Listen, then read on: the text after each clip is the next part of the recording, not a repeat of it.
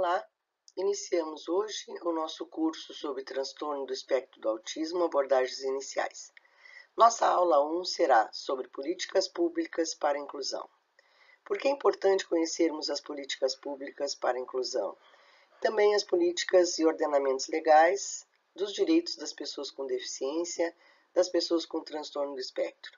É importante, para além de conhecermos os nossos direitos, sabermos como organizar a escola que se paute pelo processo de inclusão para todas as pessoas que nelas estão.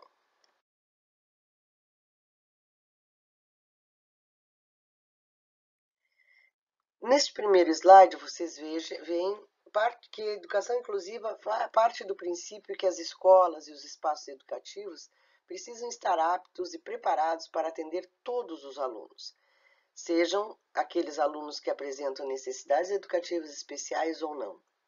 E aqui o primeiro ponto que eu gostaria que vocês analisassem. As necessidades educativas especiais, elas estão além da presença das pessoas com deficiência na escola. Entre as necessidades educativas especiais estão as pessoas que apresentam deficiência, transtorno do espectro do autismo, altas habilidades, superdotação. Mas também são aquelas pessoas que apresentam problemas de aprendizagem ou problemas pontuais em determinados tempos. Necessidades educativas especiais têm a ver com o quanto de apoio, de organização a escola precisa ter. Este termo ele é mais amplo e engloba dentro de si todas as outras caracterizações.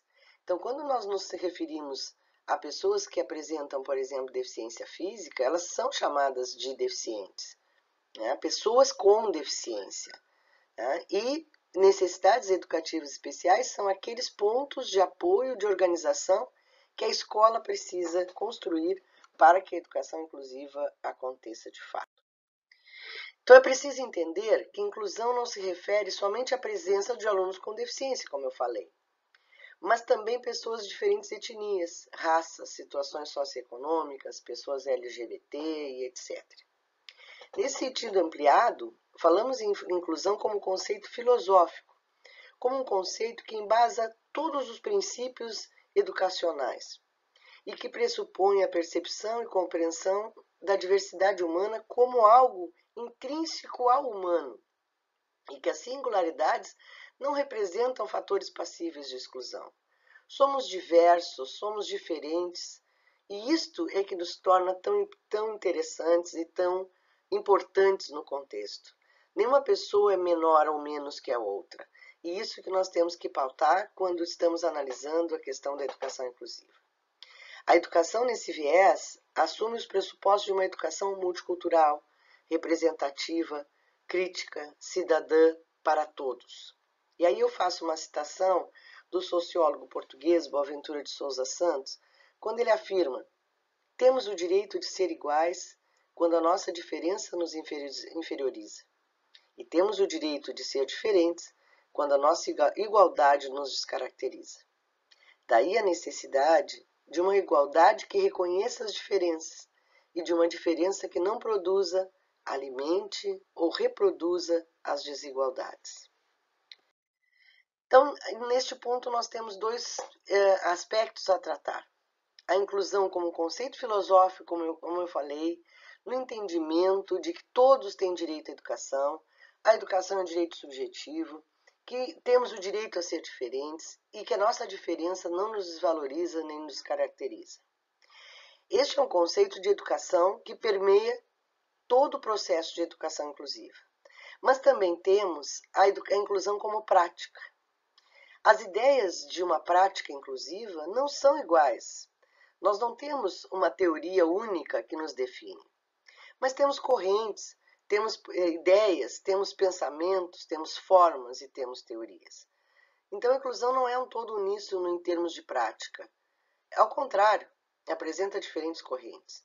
Nós podemos falar na educação multicultural, que é aquela que discute as representatividades sociais das diferentes culturas, e isso também é uma pauta de inclusão, ou de combate à exclusão. Temos a chamada inclusão total, que são linhas de pensamento que vêm desde o início da discussão sobre as políticas de inclusão e dos pressupostos inclusivos, que aceita e que analisa a presença do aluno como algo importante para a escola, independente das situações de apoio ou de organização que essa escola pode fornecer. Esta inclusão admite a presença deste aluno também somente pela convivência, se for este o caso, de uma deficiência mais grave. E nós temos uma outra corrente, que é uma corrente majoritária em vários países do mundo, que é a chamada educação inclusiva, que é aquela que busca, ao mesmo tempo, discutir esse conceito filosófico e essa ideia de que todos são necessários e são bem-vindos e precisamos estar celebrando essas diferenças dentro da escola, precisamos construir práticas possíveis de torná-la realidade. Práticas que permitam que esses alunos aprendam, que possibilite que eles se organizem e avancem nos seus processos, principalmente de aprendizagem e também de convivência, com certeza. A inclusão como prática indica, então, duas vertentes, essa inclusão total, como eu falei, e a educação inclusiva, que pressupõe uma estruturação de sistemas, de práticas, de salas de recursos, de atendimento educacional especializado, de adaptação curricular, de parceria entre escola comum e centros especializados, entendendo que são decisivos no que se entende por inclusão real. O que se entende como inclusão real, que muitos autores citam? Que a inclusão sem uma prática coerente, sem que o aluno aprenda, sem que ele socialize, interaja com os colegas, avance no seu processo de escolarização, tenha autonomia, tenha uma perspectiva de futuro, é uma inclusão como presença física. E isto, na maior parte das vezes, pode, para alguns autores, ser considerada como também processo excludente.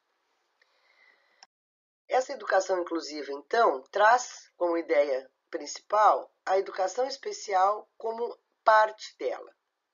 Não mais aquela educação especial em separado da educação ou da escola comum.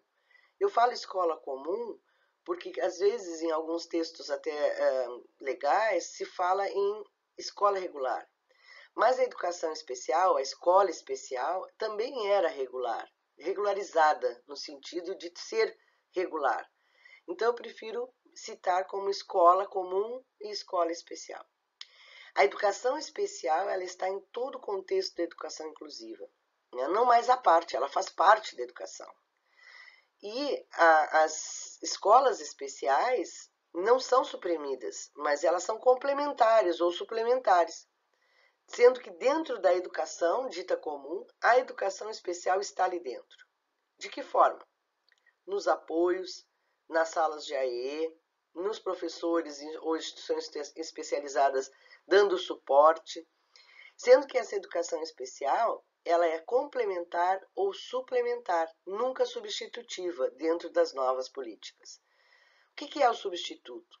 O substitutivo era aquela educação especial anterior às ideias e às políticas de inclusão, que o aluno, a criança com alguma deficiência, frequentava exclusivamente essa escola, ou na escola comum, aquela classe especial, e ali se dava a educação especial. Hoje não. Hoje a educação especial faz parte do contexto da educação. Então, este atendimento especializado, que pode ser um professor de apoio na sala, mas se for pautado pelo atendimento educacional especializado, ou uma escola ou instituição especializada, deve acontecer no contraturno, em que a criança frequenta, ou o jovem, está na sala de aula comum. Não nos horários em que eles estiverem nessa sala de aula comum. Na sala de aula comum, na sala de aula de inclusão, ele será atendido e receberá a proposta pedagógica e a aula como qualquer outra criança, em que pese a necessidade de um tutor, de um monitor, de recursos adaptados, de intérprete de Libras ou do sistema Braille.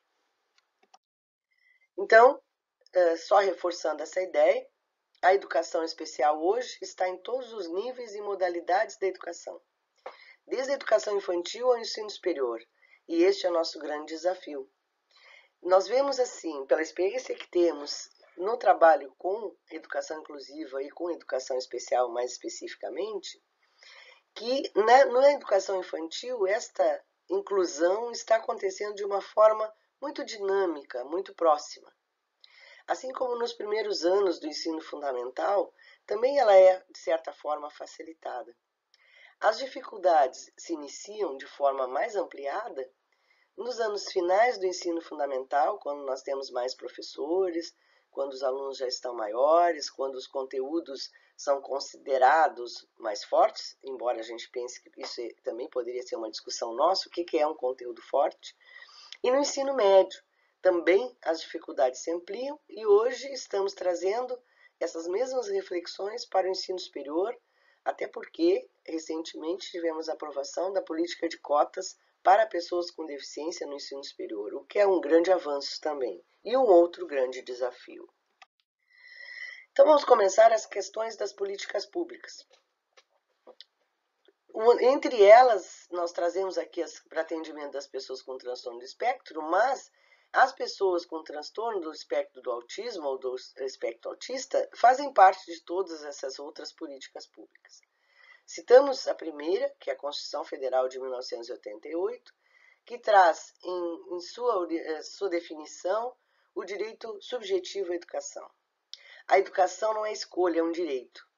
A educação é para todos. Todos os brasileiros, por serem brasileiros, têm o direito à educação.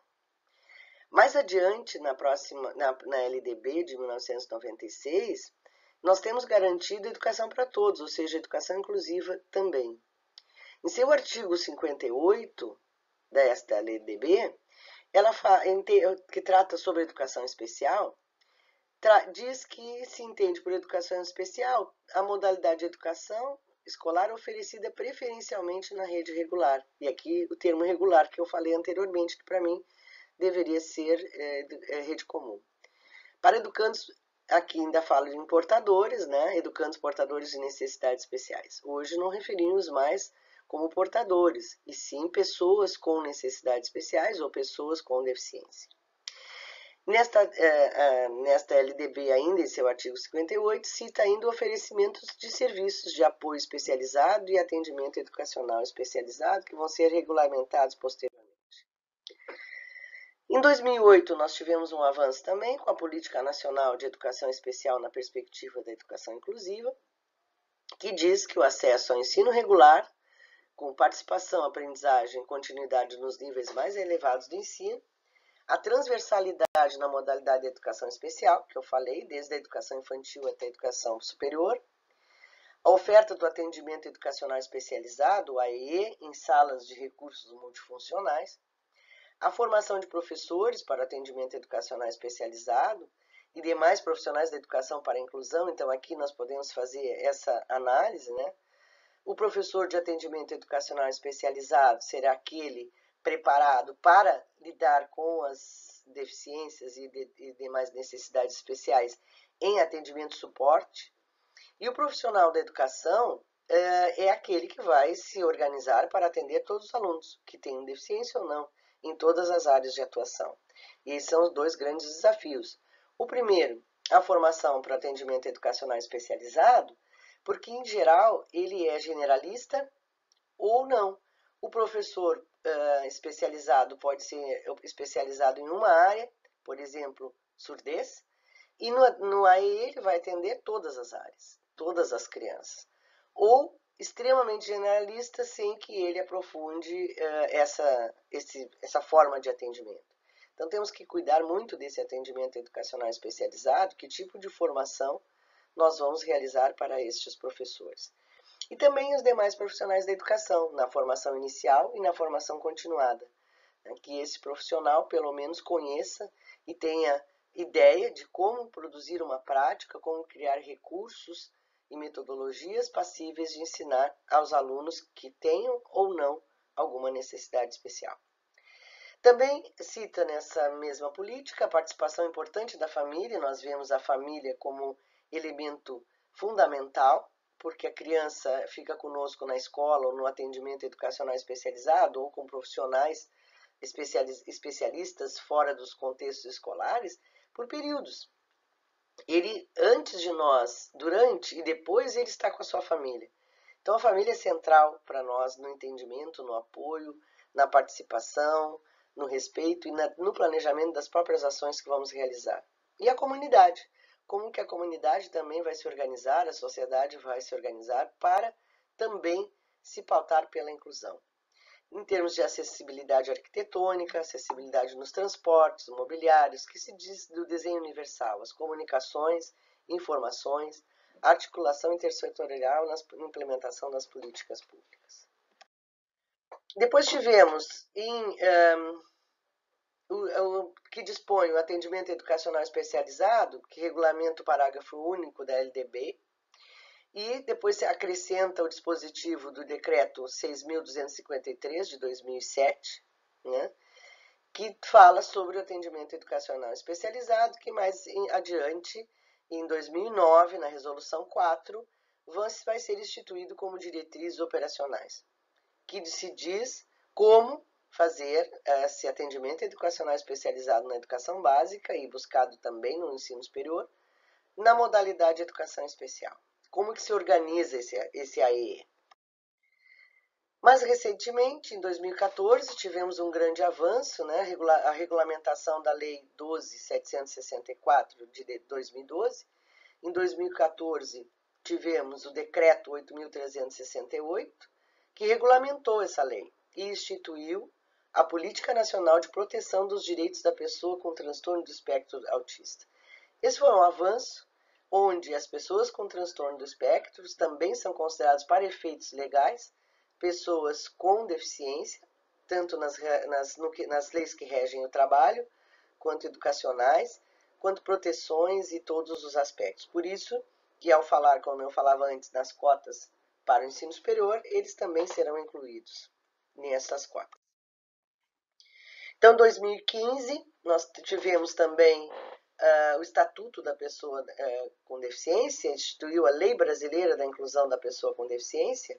É uma lei importante, a 3.146, de 2015, que é uma lei que traz, então, também esses direitos e defende os direitos de todas as pessoas com deficiência nos aspectos sociais, de saúde, educacionais, trabalho e assim por diante. É importante que nós tenhamos acesso, que possamos ler essa lei brasileira, que vai nos orientar e nos regulamentar e nos garantir em termos de direitos e também de nossas condições como escola ou como profissionais e pais, de organizar o que essas pessoas necessitam.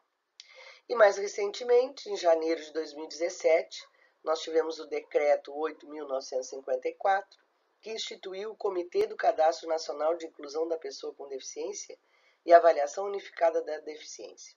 E o que este comitê, que ainda não terminou o seu trabalho, mas é um comitê para a organização desse cadastro e de uma avaliação unificada que permite que esta pessoa tenha um cadastro, que ela tenha uma carteirinha, que ela tenha uma identificação e não precise depois estar levando laudos e atestados em todos os lugares onde vai, onde ela circula, né? Então, isso também é um avanço importante na política de inclusão e dos direitos da pessoa com deficiência. Então, por que é importante nós conhecermos essa legislação? Aqui não fizemos uma leitura de cada uma delas individualmente, mas trouxemos as mais importantes. Depois, na bibliografia, elas estão citadas para que você tenha acesso e possa fazer a sua leitura e a sua compreensão. E depois podemos fazer um debate, né, tirando suas dúvidas e analisando pontos que você considere principal dessas legislações. E finalizando, queremos salientar que temos que ter conhecimento dessas legislações, socializar com famílias, comunidade em geral, debater com profissionais das áreas da saúde, assistência social, educação, em todas as áreas, porque nós temos que ter acesso aos nossos direitos e só podemos ter acesso a eles na medida que nos conhecemos. Para informar aos pais, pessoas com transtorno do espectro, profissionais, quais são os seus direitos. Por exemplo, profissionais públicos, dos setores públicos, têm direito à redução de carga horária quando tem um filho com transtorno do espectro. Isso é importante saber, que é um direito seu para poder se deslocar levar o seu filho aos atendimentos, levar o seu filho nas terapias. Então é importante, é um direito que tem e é necessário que as pessoas tenham conhecimento. Assim como o direito a ter um tutor nos casos de necessidade, que é no caso que ele precisa, nem todas as pessoas que fazem parte do espectro necessitam dessas tutorias, mas é necessário, né?